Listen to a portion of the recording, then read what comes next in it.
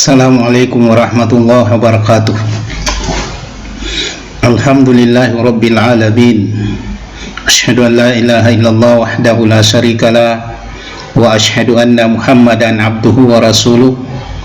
Allahumma salli ala Muhammadin wa ala alihi wa ashabihi ajmain. Amma ba'd. Saudara-saudara kaum muslimin dan muslimat yang sama berbahagia, alhamdulillah, kita puji Allah subhanahu wa ta'ala. Pada kesempatan ini kita kembali bersuah melalui channel YouTube ini. Salam dan taslim salawat kita peruntukkan kepada Nabiullah Muhammad sallallahu alaihi wasallam, Nabi yang senantiasa kita jadikan sebagai qudwah, sebagai contoh, sebagai suri tauladan dalam kehidupan kita.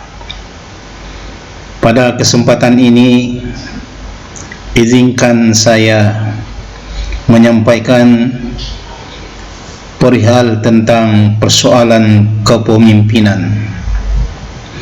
Apalagi insyaallah dalam waktu dekat kita akan memilih pemimpin Indonesia, yaitu presiden kita yang akan memimpin kita selama 5 tahun ke depan. Di dalam Islam, persoalan kepemimpinan adalah persoalan yang sangat urgen, persoalan yang sangat penting. Oleh karena pemimpin ini sangat menentukan baik tidaknya umat, terutama kita umat Islam. Dalam sebuah hadis disampaikan bahwa baiknya umat ini itu tergantung kepada 2 kelompok atau golongan. Apabila 2 kelompok ini baik, maka baiklah umat ini. Dan apabila jelek, maka jeleklah umat ini. Kedua golongan itu adalah golongan ulama dan golongan umara. Golongan ulama menjadi sangat penting oleh karena mereka lah yang akan menuntun umat ini kepada jalan yang diridhoi oleh Allah subhanahu wa ta'ala, sehingga umat ini bisa selamat di dunia, begitu pula di akhirat. Sedangkan golongan umara sangat penting karena mereka akan menjadi penguasa, menguasai sumber daya, menguasai rakyatnya, dan memiliki kekuatan, sehingga sangat mewarnai dan sangat menentukan kebaikan umat ini. Oleh karena itu, kita dituntun dalam sebuah hadis yang diriwayatkan oleh Bukhari. Dalam hadis disebutkan kita diminta untuk berlindung kepada Allah dari pemerintah, dari presiden, dari penguasa yang kekanak-kanakan dan bodoh. Hal ini diungkap dalam hadis yang berbunyi, a'udzubika min imaratil subyanah wasubaha. Ya Allah, aku berlindung kepadamu dari pemimpin yang kekanak-kanakan dan pemimpin yang bodoh.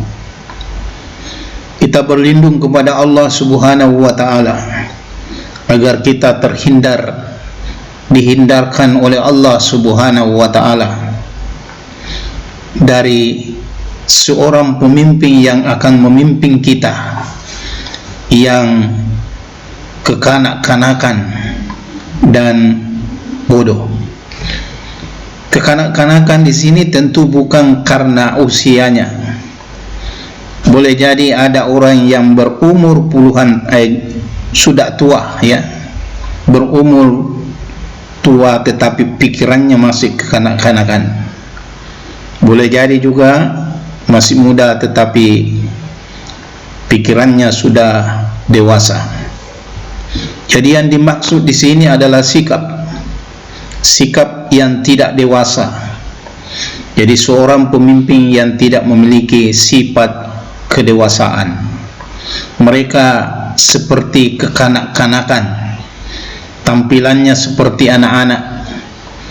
Mereka tidak berpikir dewasa, sehingga segala sesuatu diputuskan bukan berdasarkan pemikiran yang matang, tetapi diputuskan dengan segala pikiran-pikiran yang tidak dewasa, sehingga akan merugikan bangsa ini atau rakyat ini. Apalagi di samping dia kekanak-kanakan, dia bodoh, tentu ini akan membuat negara ini menjadi negara yang tidak akan pernah maju. Kenapa kita berlindung dari pemimpin yang sufaha? Oleh karena pemimpin yang bodoh itu tidak akan pernah menyelesaikan persoalan bangsa ini. Bagaimana mungkin menyelesaikan persoalan bangsa yang besar kalau orangnya bodoh, tidak jenius, tidak pintar, apalagi kalau misalnya tidak jelas pendidikannya. Nah, oleh karena itulah kita berlindung kepada Allah dari dua sifat atau sosok pemimpin, yaitu pemimpin kekanak-kanakan dan pemimpin yang bodoh. Oleh karena itulah paling tidak kita mengacu kepada apa yang menjadi sifat atau apa yang menjadi karakter yang dimiliki oleh Rasulullah sallallahu alaihi wasallam. Minimal ada 4 hal yang perlu kita perhatikan di dalam memilih pemimpin kita. Yang pertama, dia memiliki sifat kemampuan fatonah. Fatonah di sini adalah kecerdasan. Dia pintar, dia jenius. Dia memiliki pemikiran-pemikiran cemerlang yang jauh ke depan. Mereka memiliki visi dan misi yang baik yang akan membawa bangsa ini kepada kebaikan dalam ridha Allah Subhanahu wa taala. Kenapa kita memerlukan orang yang cerdas? Karena persoalan bangsa ini adalah persoalan yang sangat besar. Sudah terlalu banyak persoalan bangsa ini bertumpuk-tumpuk yang harus diselesaikan oleh pemimpin yang cerdas. Yang kedua, dia memiliki sifat tabligh, kemampuan bertabligh, yaitu kemampuan dalam menyampaikan kebenaran-kebenaran.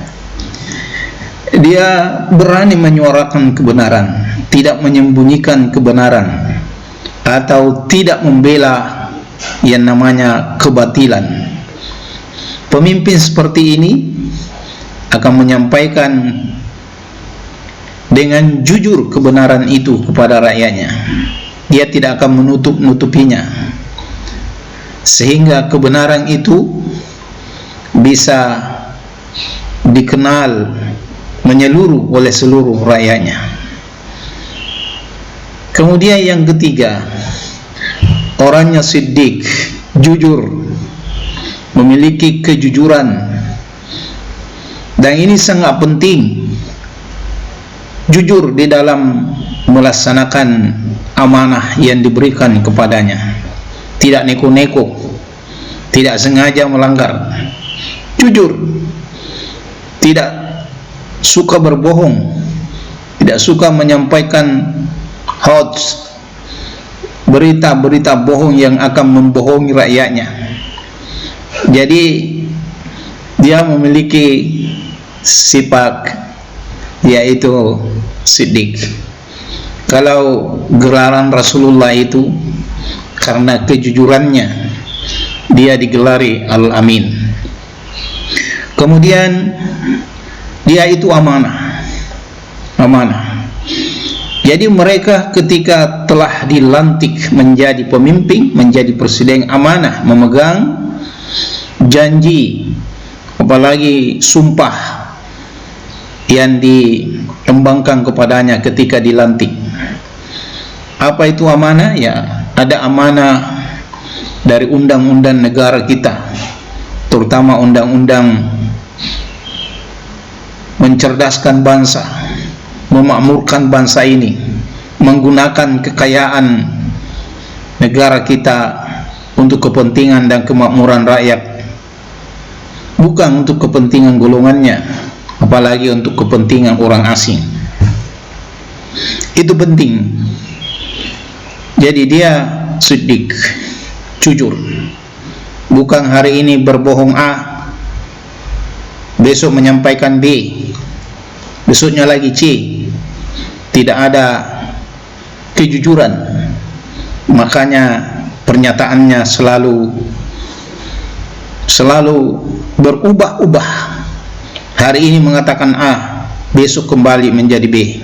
Nauzubillahi min zalik. Kemudian yang terakhir, dia adalah amanah. Jadi orang ini amanah. Tentu harus kita pilih orang yang amanah. Kenapa? Karena sesungguhnya ketika kita memilih mereka, maka kita memberikan amanah kepadanya yang sangat besar dari seluruh rakyat Indonesia. Karena menurut undang-undang, seluruh rakyat itu berhak menjadi presiden, berhak mencalonkan diri menjadi presiden. Sehingga begitu dia memilih seseorang, itu artinya amanah. Amanah rakyat sebagai calon presiden itu ditumpukan kepada seorang yang dipilihnya. Maka amanah itu harus dijaga sampai pemerintahannya berakhir. Mudah-mudahan kita semua menyadari ini. Dari 3 calon yang ada, 4 sifat ini atau karakter ini kita coba pasangkan kepada salah satu di antara mereka. Siapa di antara mereka yang memiliki, paling tidak kalau tidak keempat-empatnya, memiliki 1, 2 atau 3, sehingga insya Allah kita tidak termasuk orang-orang yang menyesal memiliki pemimpin. Nah, kehadiran pemimpin ini sesungguhnya bergantung kepada kita. Allah akan menurunkan, menjadikan pemimpin di antara kita yang akan menyeru kepada perintahnya. Itu tergantung kepada kita. Kalau kita baca di surah As-Sajdah, Allah Subhanahu wa ta'ala berfirman, "Waja'alnahum a'immatan yahduna bi amrina lamma sabaru wa kanu bi ayatina yuqinun." Saya akan menjadikan pemimpin di antara kamu yang akan menyeru kepada perintahku selama kamu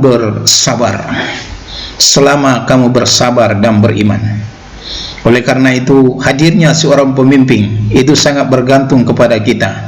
Kita harus mampu bersabar, terutama menghadapi kondisi sekarang. Harus bersabar dari godaan-godaan yang akan menggelincirkan kita selaku seorang rakyat atau pemilih. Ketika ada seorang yang datang menawarkan, memberi sesuatu, lalu kita sanggup menolak pemberiannya, itu termasuk sabar. Karena menerima pemberian untuk memilih seseorang sesungguhnya itu sama dengan sogok. Nah, di dalam hadis itu ditegaskan bahwa ar-razi wal mutarazi finar. Hati-hati. Orang yang menyogok dan disogok itu menurut Nabi adalah penghuni neraka. Ini berat. Jadi tidak dikatakan berdosa, karena berdosa itu bisa diampuni oleh Allah Subhanahu wa ta'ala kalau kita mau bertobat. Tapi ini langsung disebut pinar. Jadi orang yang menyogok dan orang yang disogok itu sama-sama masuk neraka. Nah, ini beratnya, jadi harus bersabar, jangan mau menerima sogokan, sehingga kita terbebas dari api neraka. Dan insya Allah akan hadir pemimpin yang akan menyuruh kita kepada perintah Allah Subhanahu wa ta'ala. Coba kita gunakan hati nurani dan pikiran yang jernih. Kalau hanya kita diberi misalnya 300.000, kalau itu dibagi 5 tahun, itu hanya kita dapat 60.000 per tahun. Kalau itu dibagi dengan hari, dalam 1 tahun 360 hari, kita hanya mendapat 166 rupiah. Bayangkan, 166 rupiah itu yang akan memasukkan kita ke dalam neraka. Na'udzubillahi min zalik. Kemudian wa kanu bi ayatina yuqinun, ya kita yakin terhadap ayat-ayat Allah. Nah, ayat-ayat Allah ini tentu perintah Allah Subhanahu wa ta'ala. Kita yakin dengan apa yang disampaikan oleh Nabi dan disifati oleh Nabi seperti itu tadi, minimal 4. Sehingga insya Allah akan hadir pemimpin-pemimpin yang akan menyeru kepada perintah Allah. Ingat, pemimpin bukan hanya bertugas membangun jembatan, membangun properti, membangun sekolah dan sebagainya, tapi bagaimana bisa mendekatkan rakyatnya kepada apa yang diperintahkan oleh Allah Subhanahu wa ta'ala. Karena nanti di akhirat kita akan dipanggil oleh Allah Subhanahu wa ta'ala bersama dengan pemimpin kita. Yauma nad'u kullu unasin bi imamihin. Pada hari itu kata Allah Subhanahu wa ta'ala, saya akan memanggil setiap rakyat bersama dengan pemimpinnya. Jadi insya Allah pemimpin yang baik itu akan mendampingi kita nanti di akhirat. Cuma persoalannya ada pemimpin yang berkhianat nanti di akhirat, tidak ingin mendampingi kita. Kenapa? Karena mereka mungkin ketika memimpin kita di dunia, memimpin dengan tidak benar, memimpin dengan tidak adil, memimpin dengan tidak baik, memimpin dengan segala macam tipuan, sehingga dia tidak akan mampu mendampingi kita. Bahkan mereka akan mengatakan, urus saja urusanmu, belum tentu, saya pun belum tentu bisa mengurus urusanku. Begitu berat, sehingga nanti di akhirat ada pemimpin yang akan meninggalkan rakyatnya. Dan itu disampaikan oleh Allah, istawarra alladhina tubi'u minal ladhina taba'u wa ra'aul azab wa taqatta'at bihimul asbab. Ingatlah ketika seorang pemimpin akan meninggalkan orang yang dipimpinnya. Berkatalah orang yang mengikutinya atau rakyatnya, lau anna lana karratan panatabarra minhum kama tabarra minna. Sekiranya ada waktu untuk kembali ke dunia, maka saya akan meninggalkan engkau seperti engkau meninggalkan aku hari ini. Kadzalika yurihumullahu amalahum khasaratin. Maka demikianlah amal mereka itu dalam keadaan rugi. Wa ma hum bikharijina minan nar. Mereka akan dimasukkan ke dalam neraka dan mereka tidak akan pernah keluar dari neraka. Bayangkan, rakyat dan pemimpinnya sama-sama akan diseret oleh Allah ke dalam neraka. Itu karena kita di dunia ini salah di dalam menentukan pemimpin. Oleh karena itu 14 Februari mari kita berbondong-bondong ke TPS, pilih pemimpin yang menurut kriteria Islam, sehingga insya Allah kita akan selamat di dunia karena dipimpin orang baik, dan insya Allah kita akan selamat di akhirat dan dia akan berani mendampingi kita untuk bertanggung jawab di hadapan Allah Subhanahu wa ta'ala. Semoga Allah Subhanahu wa ta'ala menghadirkan pemimpin yang adil, pemimpin yang baik, pemimpin yang akan memakmurkan rakyat ini, dan itu terserah, diserahkan kembali kepada kita selaku seorang pemilih. Demikian, semoga bermanfaat. Jika ada kebenaran datangnya dari Allah Subhanahu wa Ta'ala, jika ada kesalahan datangnya dari saya pribadi sebagai manusia yang daib. Nasrum minallahi wa fathul qarib wa basyiril mu'minin. Wassalamualaikum warahmatullahi wabarakatuh.